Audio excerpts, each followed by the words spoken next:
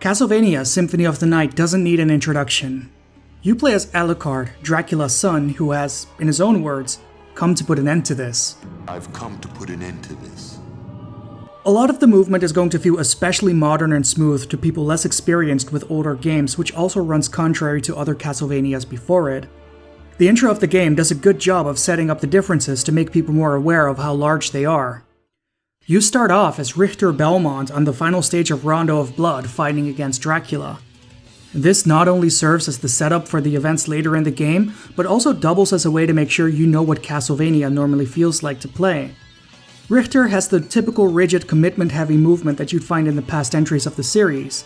He's tweaked to give him some more freedom with some serious upgrades like being able to change the direction of his movement in the air, but he still has some weight to his motions. Die, monster! You don't belong in this world! The Dracula fight itself is pretty easy, even without the failsafe put in place in case you aren't familiar with this kind of gameplay. Either way, it's a good reminder of how a traditional Castlevania plays, both to fans of the series and people new to it. Because of this, once you swap to Alucard, the differences are immediately clear. Alucard moves faster and dodges attacks more easily. He has more control over his jumps, which all have a much floatier quality to them to make platforming easier than it was in the past entries of the series. He also fights with swords instead of whips. He has a normal attack and two different variants of aerial attacks. One forward, the other diagonally down. You can also attack while crouching, though this doesn't hit enemies too far down in the way that the diagonal attack from the air does.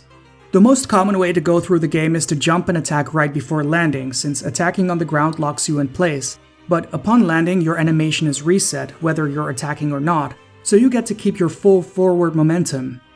It's also a good way to get 2 hits in within the time it takes to just do 1, as jumping cancels your attack animation on the ground too. There's also sub-weapons, though unlike past Castlevanias where they'd usually be almost completely necessary in the areas that they drop, in Symphony of the Night they feel more like just another option you have. They're not bad, but Alucard's own kit is just so feature complete that throwing an axe or a knife doesn't feel as big of a boost in dealing with obstacles as it would be in past entries. Besides this, Alucard can also carry shields to block incoming projectiles or just hit them out of the air with a well-timed attack. When you first start as Alucard, the beginning areas are basically one long hallway, mirroring the format of traditional Castlevania games. Somewhere along the way, you'll kill enough enemies to level up. Well before an increase in damage numbers is something you need to be aware of. If you played the game completely blind and hadn't opened the main menu yet, this is when you learn that Symphony of the Night has RPG mechanics. Enemies are dying in one hit, keeping the facade of this still playing like a traditional Castlevania alive. And it's immediately after you run into Death and he takes your gear that every major change in convention is introduced back to back. Having to jump up hallways from platform to platform due to a lack of stairs is a very big change. As are the save rooms, items that give you new abilities, equipables, levels changing by going through big doors leading into loading rooms and bosses likely being somewhere in the middle of an area instead of the exit of a stage. These are all major differences compared to the traditional style, and you're quickly introduced to them one by one at the start. It's not like the game takes forever to establish any of these changes either. Even with Richter's introduction and stopping to write my notes down, I beat the first real boss of the game as Alucard in under 15 minutes. The speed at which Symphony of the Night rapid fires new concepts at you at all times is impressive for a game that never ends up feeling overwhelming. That is why I've always found it such a fun game to replay, even years later. You're always unlocking or gaining something new every few minutes. I just never realized how densely packed the game actually was until I was taking notes for this review. I like to take notes at big moments in a game or when you get major upgrades or abilities. That way it's easier to find those scenes later when editing for a review and keeping in mind that past that point that ability is going to come into play. Symphony of the Night is the game I've taken the most notes for when it comes to this. There's a constant stream of stuff in this game, so you always feel like you found or achieved something major the entire time you're playing. And these notes don't even include weapon drops or stage transitions. Stage transitions which might be the first case of masked loading times that I've experienced in a game. Not an industry first, but a personal first where I knew that this was happening and still didn't mind it. Loading times for PS1 games can be very bad, but in the case for Symphony of the Night, it's mostly loading music and the amount of level data that a Super Nintendo could handle. Which is not to say that this game looks bad by any means. The areas all have gorgeous sprite work all over the place and every area is distinct. It's often accompanied by several layers of great parallax scrolling effects, and good use of color palettes to set the mood. This is a level of aesthetics that I wish more Metroidvanias would strive for, since seeing all the new areas is just a reward in and of itself. As is the accompanying music. I'm not great at putting music soundscapes to word, but I think bold and confident are the two words that really come to mind for me when I think of its soundtrack. Tracks like Dance of Gold are an especially strong example of this. I don't like the music in the second half of the game quite as much though. I get they wanted to go for a more sinister and eerie vibe there, but there are too many tracks going on in that same note in a way that they don't stand out as much anymore. Except Lost Painting, which might be the best song in the game, with Wandering Ghosts being a close second. Being a weaker track in Symphony of the Night of all games still puts you well above most other game soundtracks though.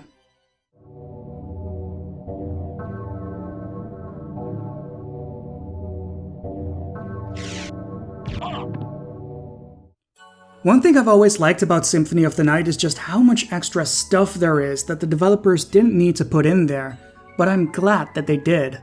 Like drowning the soldiers in the underwater caverns by shoving a box in front of the part that's leaking water. The various effects of the shield rod with different equipped shields, different special attacks upon doing a quarter circle before attacking with some weapons. I had no idea the Ice brand had one until this playthrough. I still didn't get any real use out of it, but I appreciate it's there. And the fake Alucard equipment. There's also the tendency that the game has to put warp rooms close to items that unlock more movement options. As if the game is trying to go, hey, you got this cool ability. Remember this thing that was out of reach? Why not go back there now? It makes it feel like there's always more than one direction you could be going at any time. Even when most of the major items are still placed in a manner that means you can only get them in a linear path. But how and when you take that linear path to the next bunch of upgrades is up to you, as you can just fill it with tons of fun little detours. It's really cool you have all these different abilities that unlock new things, but I especially love what they do to Alucard's animations when you get them. The shape of wings in Alucard's cape when you double jump. The way he holds onto the ceiling while upside down after slamming into them with the gravity boots. 3 of the abilities just being full-on transformations, turning you into a wolf, a bat, or just a bunch of mist, each with their own upgrades on top of them just existing. Also a nice touch to show how this game is more about exploration rather than challenge is the way that the boss rooms still allow you to back out before engaging. You know what you're getting involved with when you step inside one of the rooms, since the music stops before you step inside. There's usually a save room nearby, so even if you haven't found one yet, you can easily back out to make sure you've saved before going through with the fight. There is just so much stuff in this game, more than you're likely to experience in a single playthrough. Like the bad ending. When I first played Symphony of the Night as a young kid, I got that bad ending and I thought that that was the game. Castlevania games were never that long and so much of the series tradition was broken already that I thought, yeah, this game could actually end here. Nothing about the completion rating in the game suggests that you were actually missing this much content anyway, which according to an old interview on shmuplations was entirely by design. Maybe you will replay the game sometime later or go back to your save and get 100% because you liked it so much. Or maybe you just end up seeing someone else, in my case, my mom, fight against the bosses you didn't know existed in areas you've never seen before despite having beaten the video game already. Either way, you find your way to the inverted castle and realize that map completion actually goes up to 200% instead of just 100%. There is a whole other castle up there. It's a demonstration of something that Symphony of the Night is very good at least in theory, though the execution is a bit lacking in a few areas. You don't unlock major skills or abilities anymore in the inverted castle. The inverted castle was designed around your full set of movement options, so you do have to use those to get around, only having to go for a certain set of bosses before getting to the end of the game. So in replays you can make your stay here as short as you want, but that first time you don't get this luxury. You should be familiar with the general boss locations on the map, but you won't know which ones are the important bosses that you're looking for.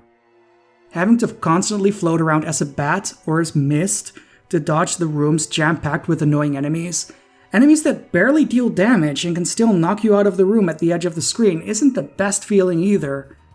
And the music gets especially lackluster here, with less tracks and less variety between them. But at least it's got Lost Painting in there, so that makes up for a lot of it. I've often heard people complain that getting to the inverted castle is too cryptic and hard to figure out, but that's something I don't entirely agree with. Mostly because it's not intended that you get there the first time. It's something that is there when you feel the urge to try and explore more of the castle. There's 2 items on opposite sides of the map that both tell you half of a message in the inventory system, spelling out where you have to go while having them equipped. Things are pretty self-explanatory from there, at least in my opinion. I think if you just immediately follow a guide to see how to get to the other ending without exploring the map itself is when it comes across as especially cryptic. It's still a map that largely follows a linear structure in terms of exploration. It might make you feel like you wouldn't have been able to figure this out, since they're so far away from what you originally perceived as the end goal of the game, and you're less likely to actually look at the item descriptions when you're just rushing to the 2 marked items on a map from a walkthrough than normally playing the game. It's not like it's really the entire second half of the game either. With the movement options you've got unlocked, you can kinda rush through the inverted castle pretty fast, even on replays. To me, it feels more of a slog because of the lack of variety at this point. You've basically already seen the areas before, so you're not finding as many new things as before, and the feeling of repetition starts seeping in. But then again, this is a game with a good amount of content economy, which can cut both ways, negative and positive. Even though it's always giving you new things and letting you go through so many different areas and rooms fighting so many different enemies, and shows you your equipped weapons, shields, and capes in your character sprite, it's clever in how it reuses things to get the most out of them. A lot of enemies just being recolored different versions isn't anything new to video games, especially not ones with RPG mechanics. A lot of the weapons are also very similar to each other, and the capes are just RGB color variants to such an extent that you can buy one that you can customize yourself at the store in the game. And just like all of this repackaging of old content, a good number of enemy sprites and bosses are taken directly from Rondo of Blood, which is not a criticism from me. Rondo's sprite work is exceptional as well, so the developers getting more use out of it is a good thing in my book. Konami could have asked Capcom for permission to make rooms full of Morrigan sprites, and I wouldn't mind it at all. Symphony of the Night's map is big, especially compared to other Castlevania games, and your movement options have you go through them at speeds new to the series. Populating that with reused sprites that will likely get knocked out of the screen in 1 or 2 hits you can land faster than ever, not spending the time or money on new sprites for every single thing is completely understandable to me. Not like anything ever looks out of place anyway, and there's still so much variety with a lot of the areas having an enemy that is unique to that room. It's really good stuff. I'm also quite fond of how the important bosses of the second castle, each carrying one part of Dracula's body, are the same ones that Shaft summoned in Rondo of Blood, which in turn were all Castlevania 1 bosses. It gives a good sense of consistency across multiple games without being too on the nose about it. A few years ago, I posted a snippet from the UK-based Nintendo Official magazine that gained a lot of traction where they compared how bad Symphony of the Night looked compared to Castlevania 64's early 3D, something that's only gotten funnier with age. A few people suggested that reviewers at the time probably didn't like the heavy sprite reuse from Rondo on this new generation PlayStation 1 game. So I did a deep dive on game reviews at the time through various game magazine scan archive sites, and I could not find any evidence supporting that this is the case. On the contrary, most magazines actually reviewing Symphony of the Night were glowing with praise, with a few outliers calling the game ugly, or in one especially strange case, IGN saying the character animation isn't particularly smooth and 3D is resigned to limited background effects and the odd special effect. Something that seems odd considering a lot of the 3D games at the time were struggling to even hit 15 frames per second a lot of the time. And Alucard's movement cycle being so smooth as it is. Not to call people thinking it might be because of the sprite reuse from Rondo liars or anything.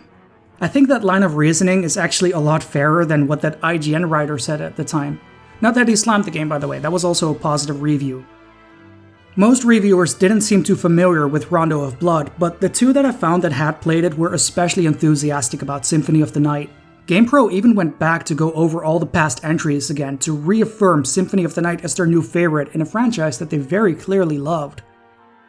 I didn't just look up old reviews either. Most of the games I review end up being too obscure to have decent interviews online, even on more niche catalogs like shmuplations.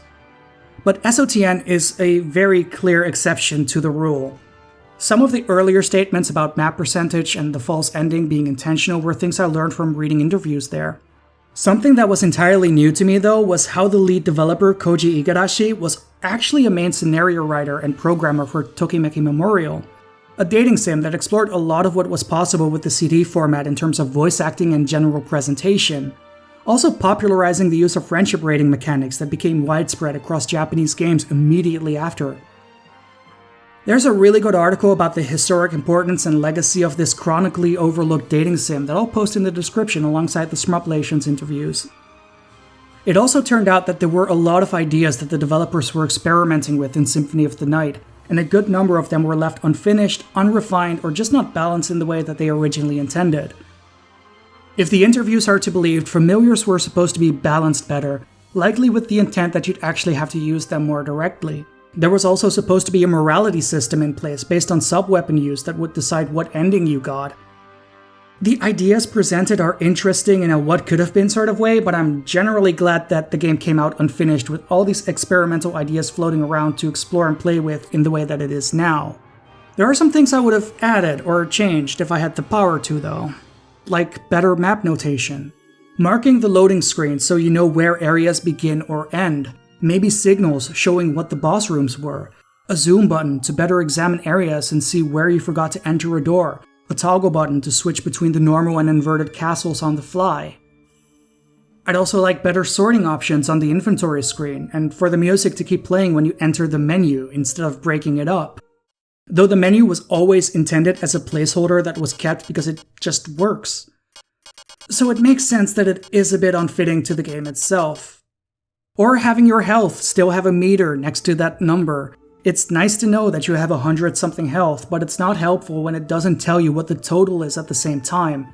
At the rate you get health in this game, 150 can still feel like it's almost full when your current total is actually 450. There's also the really weak balancing where you end up snowballing all over the game, especially the second half of it, because there are so many ways to overpower the content that you're more than likely to just slip into some of them even when you're not intending to, or even several ways. Equipment that can waltz over the enemy's power curve is the most usual one that people find, but then there's still familiars, items, and spells that achieve the same effect from different angles. It's by no means a hard game, but sometimes I do wish you didn't trivialize the enemy's damage output and only take 1 HP out of 500 HP per hit before the end, all while slaughtering everything in a single hit, without grinding. And finally, I'd have really appreciated it if the warp rooms allowed you to select where to teleport to, either through a menu or by letting you select the rooms on a map, rather than rotating them based on continued use. It's a bit annoying to have to repeatedly go in and out of a door with a slow animation and then having to check on the map if you're there yet. It's their first time making a game like this in the series, so the things I'm bringing up now are a lot easier to be aware of in hindsight. They're minor inconveniences rather than real deal breakers. One example of an experiment that was later banked on is the Richter mode. When you beat the game and start a fresh save with the name Richter, you get to play through Alucard's section of the game as Richter Belmont. It might not have been immediately intended at the moment, but I'm sure that this is something that was used as the basis to learn from when making the next Castlevania game in the Metroidvania style, Circle of the Moon. So, do I recommend one of my favorite games of all time? A game that I've replayed countless times over the years and still get enjoyment out of. A game that I've let people less familiar with retro games try out to good effect. A game that is basically the root for a whole genre that popped up since, with half of its title as the moniker. That's a very good question. I mean, yeah, of course I do. Castlevania Symphony of the Night is a classic and absolutely worth checking out if you've somehow still never played it. Hell, go replay it if it's been a while. The game still holds up to this day. I'm not too fond of the PSP and PS4 re-releases with the new voice acting. The new voice acting isn't great. I mean, neither is the old voice acting. Dracula, die now and leave this world. You'll never belong here. Oh, but this world invited me. Your own kind called me forth with praise and tribute. Tribute? You steal men's souls and make them your slaves. Perhaps the same could be said of all religions. Your words are as empty as your soul. To hell with your heresy! You're nothing but a blight on mankind. Ha! Mankind. A cesspit of hatred and lies. Fight for them, and die for their sins! The old voice acting was basically a rush job to meet Sony's localization standards. Back then, Sony still got really weird about Japanese voice acting and names being in video games in the West. But we'll likely touch on a game really hurt by the likes of Bernie Stoller and his ilk in those days on the channel soon enough. I'd be more fine with the new voice acting if they didn't remove a lot of the old enemy sounds.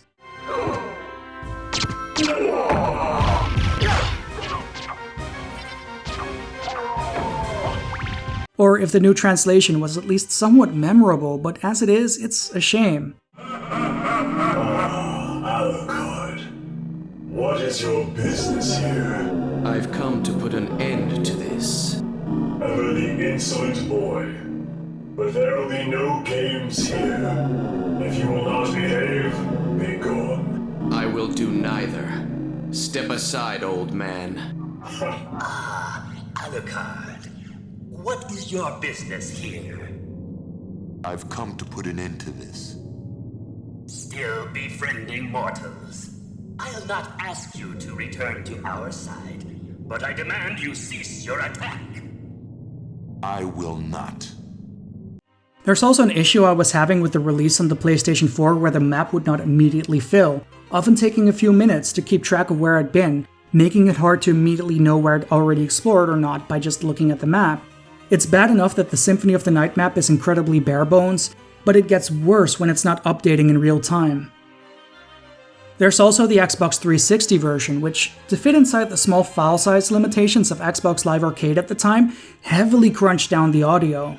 So if audio quality is something that you're passionate about, it might not be the release for you. Such a shame with a game that has such a great soundtrack too. Still, with any release, you're still playing Symphony of the Night in a playable state, so you could do far worse. I've played through all these versions and still had a good time despite my complaints. Plus the PlayStation 4 version comes with another classic, Rondo of Blood. So, you know what's also a good question? Ask one to the people supporting their channel on Patreon as well as people on Discord. What style of Castlevania do you guys prefer, Classicvania or Metroidvania? The results really speak for themselves. With the Metroid style just running a full lap and then some over the classic style. I knew the difference would be big, but not this big. It does make sense though. Metroidvanias tend to be a bit easier to just pick up and play, and you can probably get more playtime out of just normal playthroughs of Symphony of the Night and Aria of Sorrow than you can completing all the good classic titles put together if you know what you're doing. It doesn't help that the classic style often gets underrepresented by reviewers and critics either, with the praises of Symphony of the Night being sung far more often than that of Rondo of Blood, which tends to get overlooked in these circles, even when they're re-released together in one package, which is not fair. We should probably do something to help change that.